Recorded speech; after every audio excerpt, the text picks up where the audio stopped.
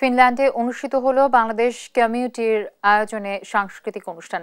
স্থানীয় সময় সন্ধ্যায় দেশটির রাজধানী হেলসিংকি এসকো ইন্টারন্যাশনাল স্কুলের অডিটোরিয়ামে হয় এই আয়োজন।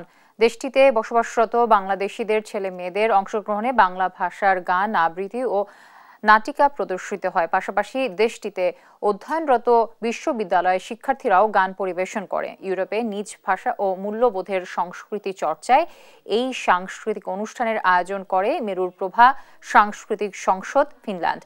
সংগঠনটি বাংলাদেশি শিক্ষার্থী ও শিশু কিশোরদের সাংস্কৃতিক কার্যক্রম চর্চার প্রতিষ্ঠান।